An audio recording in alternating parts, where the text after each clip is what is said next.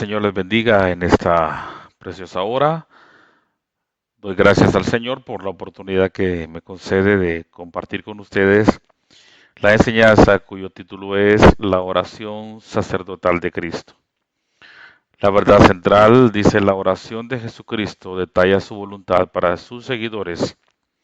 Y el versículo clave: la gloria que me diste yo les he dado para que sean uno, así como nosotros somos uno. Juan capítulo 17, versículo 22.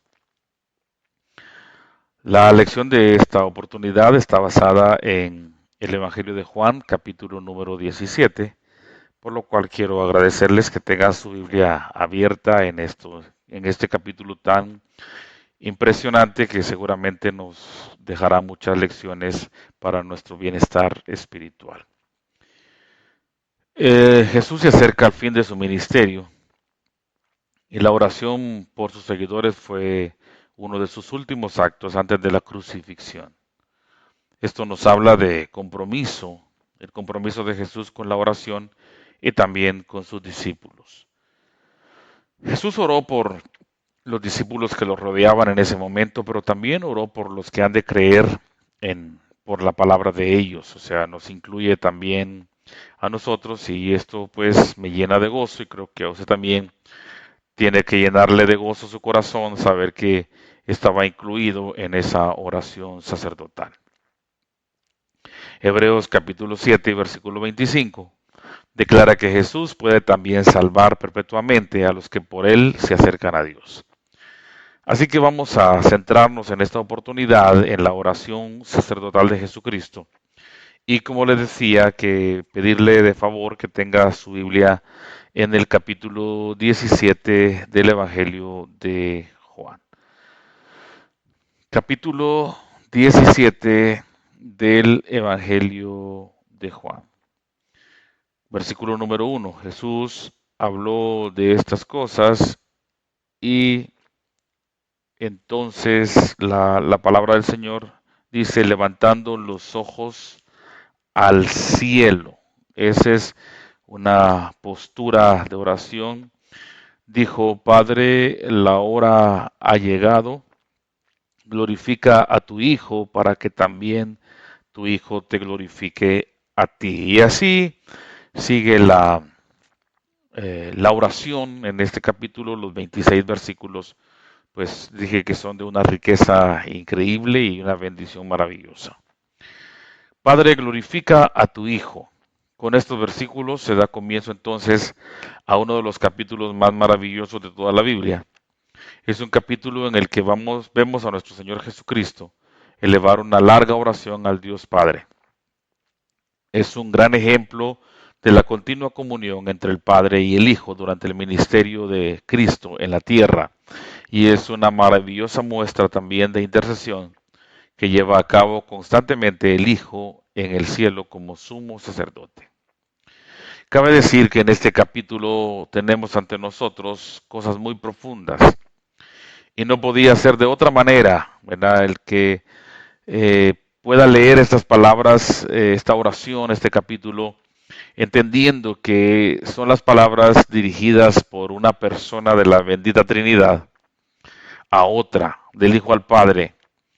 Y entonces debemos aceptar la imposibilidad de comprender plenamente todo el sentido, todo el significado de esta oración. No podemos penetrar en esas profundidades. Pero hallamos frases, hallamos palabras, hallamos expresiones que nos bendicen, pero también, repito, entendemos que nadie puede comprenderla en su totalidad. Primeramente, tenemos que advertir que en estos gloriosos versículos, el testimonio que nos presenta aquí es la misión y la majestad del Señor Jesucristo. El Padre le ha dado potestad sobre toda carne para que dé vida eterna. Cristo tiene las llaves del cielo en su mano, ¿verdad? Él dispone la salvación de toda alma humana. Además, leemos que esta es la vida eterna. Se nos describe cuál es la vida eterna o en qué consiste la vida eterna. Y la vida eterna consiste en conocer al único Dios verdadero y a Jesucristo, a quien el Padre ha enviado. No basta el mero conocimiento de Dios, esto no salva a nadie, debemos conocer al Hijo, no solamente al Padre. Pero creo que esto está claro para cada uno de nosotros, que la importancia del Hijo, porque Él completó la obra de redención, ofreció una justicia perfecta para su pueblo. Y a diferencia del primer Adán que no cumplió la voluntad de Dios e introdujo el pecado en el mundo, el postrer Adán, o sea, Cristo, no dejó por hacer ninguno de los cometidos de la misión, todo lo que el Padre le encomendó. Y en último lugar leemos que Cristo tenía gloria con el Padre antes que el mundo fuese. También tenemos que advertir el concepto que Jesús tiene de sus discípulos. Dice, ellos han guardado tu palabra, han conocido que todas las cosas que me has dado proceden de ti. Las palabras que me diste les he dado y ellos las recibieron. Han conocido verdaderamente que salí de ti, han creído que tú me enviaste. Estas palabras son maravillosas realmente si tenemos en cuenta el carácter de los 11 discípulos. Ya a estas alturas Judas ya no está, pero cuando pensamos en los discípulos entendemos que eran hombres con una débil fe, hombres de limitado conocimiento, hombres que tenían logros espirituales, digamos así, superficiales, que demostraban poco valor en los momentos de riesgo o de peligro. Sin embargo, a pesar de eso, Jesús dice, ellos han creído, ellos han conocido, ellos han entendido tu palabra. Y otro punto importante es que esta oración es dicha inmediatamente antes de que el Señor fuera traicionado, de que fuera capturado y llevado con los principales, ¿verdad? De un lado a otro, antes de que Pedro lo negara hasta con juramento. Y el Señor, sabiendo todo eso por su omnisciencia, aún así dice, estos han creído. La palabra que yo les di, ellos la recibieron. Y entonces lo que podemos concluir de estos maravillosos versículos es que aunque nuestra fe sea limitada, aunque nuestra fe sea débil, aunque nuestra fe sea como un pequeño grano de mostaza, pero si es una fe sincera, es una fe sencilla, ¿verdad? Si creemos que Jesús es el enviado de Dios, si creemos que Él es el Mesías, que Él es el Redentor, si creemos que el Padre pues le ha dado esa misión y que Él la cumplió y que ese sacrificio es por nosotros, aunque esa fe nuestra sea sencilla y aunque no tengamos fe para milagros o para grandes cosas, pero el Señor la valora, el Señor la toma, el Señor la potencia, el Señor la refina, porque es a Dios, al Señor le agrada, aún con nuestras debilidades, que sigamos creyendo, sigamos confiando que Él es el Mesías, el Salvador, el que el Padre envió. Repito, a pesar de las múltiples flaquezas y todos los defectos. Ahora, Jesús en su oración dice, la hora ha llegado. ¿Verdad? Esta es la hora señalada en los designios eternos para el sacrificio, para la muerte de Cristo, el cumplimiento definitivo de la obra expiatoria. Este es el momento prometido por Dios y aguardado por los santos durante 4000 años desde la caída de Adán. Había llegado por fin. La simiente de la mujer estaba a punto de herir la cabeza de la serpiente, muriendo como nuestro sustituto y como nuestro redentor. Hasta esta noche no había llegado la hora, y hasta su llegada los enemigos de nuestro Señor no podrían herirle. Ahora por fin la hora había llegado y el sacrificio estaba preparado. Y Jesús dice, glorifica a tu Hijo para que tu Hijo te glorifique a ti. Considero que el significado de esta frase debe ser el siguiente. Da gloria a tu Hijo llevándole a la cruz, al sepulcro, para que cumpla triunfante la obra que vino a llevar a cabo. Y ponlo a tu diestra y exáltalo sobre todo nombre que se nombra. Hazlo para que te glorifique a ti y glorifique tus atributos, tu misericordia, tu bondad. Hazlo para que glorifique doblemente tu santidad, tu justicia, tu fidelidad y demuestre que eres un Dios santo, que eres un Dios justo, que eres un Dios bueno y que eres un Dios fiel, un Dios que mantiene su palabra. Así que Jesús dice, termina la obra, glorifícame, y al hacerlo, glorifícate a ti mismo, ¿verdad? Importante también que la oración dice, culmina tu obra para que tu Hijo te glorifique a ti, llevando a muchas almas redimidas al cielo para gloria de tu nombre y para gloria de tu gracia. Otro detalle de esta oración, otro punto importante es que Jesús dice, guárdalos del mal. Juan capítulo 17, versículos 6 al 12. Sabiendo que su muerte era inminente, Jesús dirigió su atención a orar por sus discípulos. Enseguida vemos por qué se llama oración sacerdotal la de Cristo. Porque un sacerdote, entre otras cosas, es un representante. Jesús había representado al Padre ante los discípulos y ahora estaba representando a los discípulos ante el Padre. Pero hay un cambio de enfoque, pasa de orar por sí mismo a orar por los discípulos a partir del versículo 6. Él ha dado a los suyos vida eterna. También les ha dado revelación del nombre del Padre. Los judíos del Antiguo Testamento conocían a Dios como Jehová, el gran yo soy. Jesús tomó este nombre sagrado, yo soy, y lo hizo significativo para sus discípulos. Yo soy el pan de vida, yo soy la luz del mundo, yo soy el buen pastor, yo soy la vid verdadera, yo soy el camino, etc. En estas palabras, Jesús reveló el nombre misericordioso del Padre, mostrándole a sus discípulos que Él era todo lo que necesitaban. Por eso Cristo dice, yo he manifestado tu nombre, y esto quiere decir, yo he revelado tu naturaleza, yo he revelado tu poder, ¿verdad? Uno de los ministerios del Hijo fue dar a conocer al Padre. Entonces, dar a conocer quiere decir desplegar, develar, guiar, mostrar el camino. Jesús no reveló instantáneamente al Padre como en una ráfaga de gloria cegadora, porque sus discípulos no podían aguantar tal experiencia. Gradualmente, por sus palabras y obras, le reveló la naturaleza de Dios.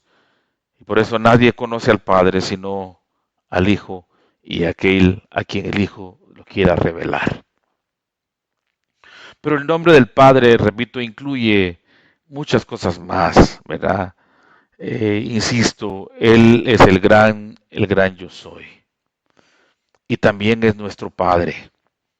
La palabra Padre se usa unas 54 veces en Juan, en los capítulos 13 al 17 de Juan. 54 veces. Y 136 veces en el Evangelio de Juan. Entonces, en su mensaje a los judíos, Jesús dijo claramente que el Padre le había enviado, que era igual al Padre y que sus palabras y obras venían del Padre. Fue una clara afirmación de su divinidad, pero ellos rehusaron creer. Ahora, el énfasis en esta sección, del 6 al 12 de Juan 17, es la seguridad del creyente. Dios guarda a los suyos. Nuestra seguridad depende de la naturaleza de Dios y no de nuestro carácter, de nuestra fortaleza, ni tampoco de la grandeza de nuestra fe, en absoluto. Cuando estaba en la tierra, Jesús guardó a sus discípulos y ellos podían depender de Él. Dice el texto, yo los guardaba en tu nombre. El Señor Jesús, en su humanidad, con sus limitaciones del cuerpo humano, pudo guardar a los suyos mientras estaba en la tierra. Ahora, la pregunta es, ¿no será capaz de guardarlos ahora que está glorificado en el cielo? Y la respuesta es obvia, por supuesto, ¿verdad? Él, Cristo amado, el Padre, junto con el Espíritu Santo, son más que capaces de guardar y tener seguro al pueblo de Dios. Por eso es que nosotros con toda propiedad decimos que estamos seguros en el Señor. Nuestra seguridad descansa en otro hecho importante. Estamos aquí para glorificarle a Él. Con todos los fracasos y las faltas, los discípulos reciben esta palabra. He sido glorificado en ellos, ¿verdad? Este es, le digo, uno de los mayores beneficios y maravillosos misterios, ¿verdad? Ahora, ellos, si Dios se glorificaría en ellos que confiaran en el Salvador, imagínense cuando llegaran al cielo, ¿verdad? Cuando Moisés le dice a Dios que le pide, intercede que no destruya a la nación, al pueblo en el desierto, a pesar de la desobediencia del becerro de Éxodo 32, Moisés ora y trae a la mente el honor y la gloria de Dios. Dice, ¿por qué han de hablar los egipcios diciendo, para mal los sacó, para matarlos en los montes y para raerlos de sobre la faz de la tierra? En absoluto, no era ese el propósito, como tampoco es el propósito de Dios con nosotros. Nosotros sabemos que el que comenzó la buena obra es fiel para terminarla. Y nosotros fuimos rescatados de nuestra vana manera de vivir para gloria y honra de su gracia.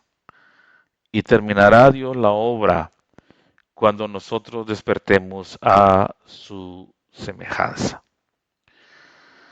Entonces es maravilloso, hermanos, estas palabras, esta promesa. Fíjese que el Señor Jesucristo, cuando habla a los discípulos, insisto en esto, le dice, ellos han guardado tu palabra y la palabra que me diste, ellos han creído que tú me enviaste, que yo salí de ti. Fíjese que no menciona el Señor nada de ninguna cosa de los discípulos que pueda ser reprendidas en absoluto, ¿verdad? No reprende el Señor con severidad la incredulidad de los discípulos, que por cierto la tenían, ni tampoco otros errores. Esto es, dije, a mí me llama mucho la atención y me llena de gozo. Nada de eso, ¿verdad? El representante nuestro ante el Padre y el representante de los discípulos ante el Padre no menciona en absoluto nada de las deficiencias de los apóstoles que todos conocemos. Por el contrario, dice, ellos han guardado tu palabra. Gloria a Dios por eso. Al parecer, amados hermanos y amigos, en el cielo hay un concepto diferente al que tenemos en la tierra de nosotros mismos. Nosotros mismos a veces tenemos un autoconcepto equivocado y somos extremadamente duros con nosotros mismos y duros también al juzgar a los demás. Pero mire qué maravilloso, ¿verdad? El concepto que hay en el cielo y en esta oración intercesora es maravilloso.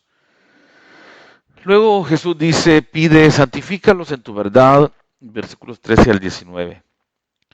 Jesús deja claro que sus discípulos no eran del mundo, así como Él no es del mundo. Sus discípulos deben ser santos, separados de las cosas asociadas con el mundo y dedicados al servicio de su Señor.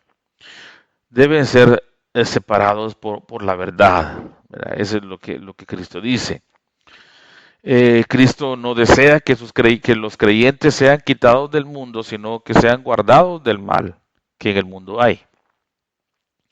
No cabe duda que en su omnisciencia nuestro Señor detecta en el corazón de sus discípulos que el deseo apremiante de partir de este mundo que se está tornando difícil, que era difícil y que ahora lo sentimos pero muy difícil, un mundo lleno de problemas, ¿verdad? Y nosotros quizás estamos siendo acosados por enemigos de todos frentes, y entonces es perfectamente comprensible que deseemos marchar del campo de batalla al hogar celestial.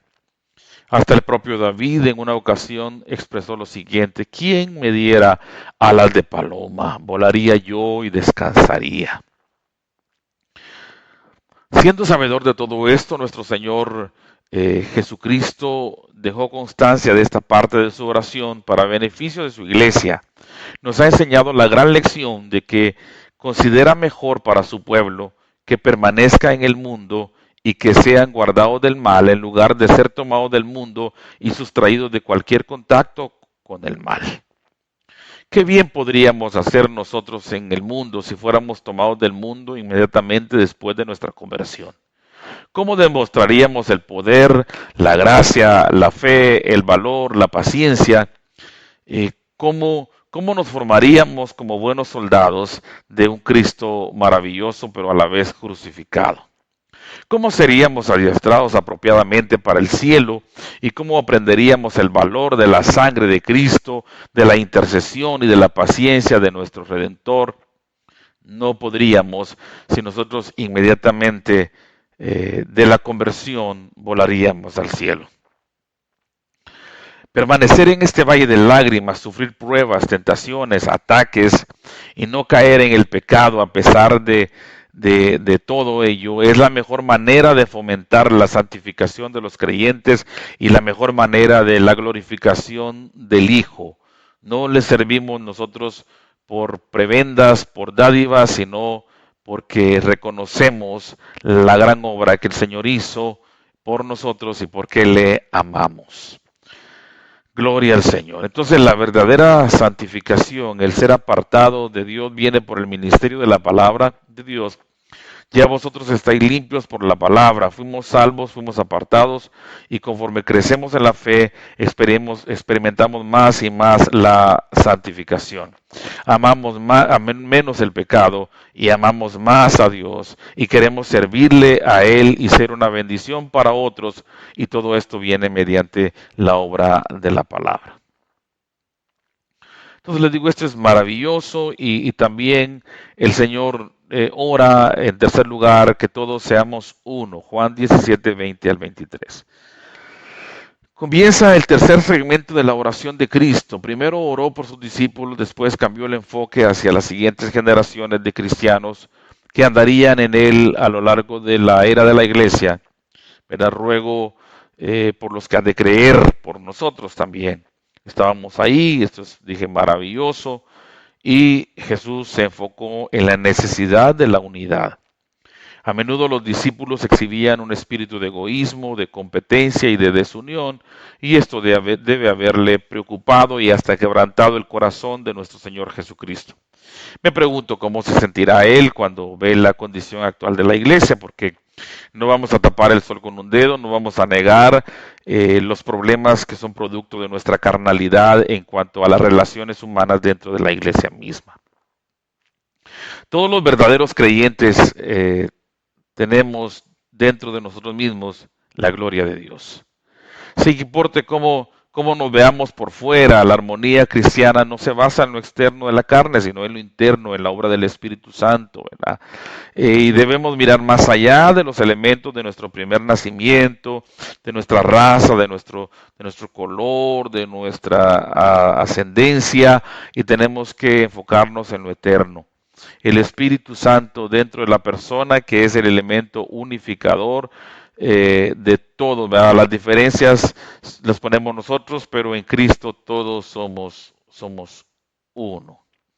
Gloria al Señor. Entonces, una de las cosas que más impresiona al mundo es la manera en que los creyentes se aman unos a otros y viven juntos en armonía.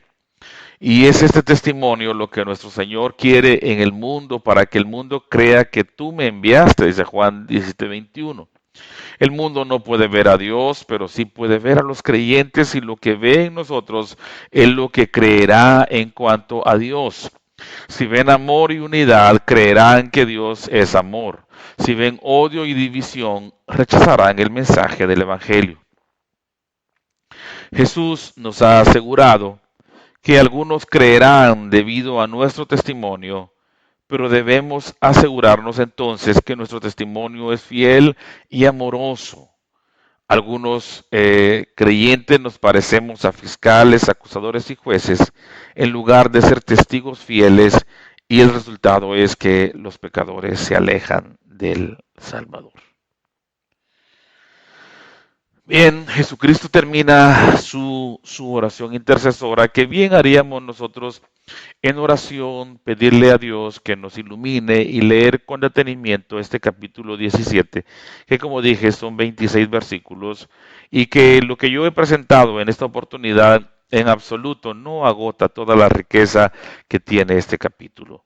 Leamos la palabra del Señor, la palabra nos santifica, la palabra nos da gozo, la palabra nos bendice de muchas y muchas maneras. Nos prepara, hermanos, para lo que viene, para lo que vendrá, pues sea esto difícil o como sea, según la providencia del Señor. Vamos adelante, amados hermanos, en el nombre del Señor. Y recuerde esto, oración maravillosa, pide que su nombre sea glorificado, que se cumpla la obra, ¿verdad? Que ya está para llegar a la cruz, pero esa obra que por la cual vino, que se termine y que Dios le glorifique, que ocupe el lugar de privilegio, de honor que tenía con el Padre antes que el mundo fuera. Luego ora por los discípulos, hermanos, y les dije el detalle interesante, a pesar de la debilidad de ellos, a pesar de las imperfecciones, el Señor Jesucristo ora diciendo de ellos cosas positivas. Y también ora por nosotros y, hermanos, la responsabilidad nuestra es procurar la unidad en el espíritu, en el vínculo de la paz. Que el Señor les bendiga y gracias por su atención.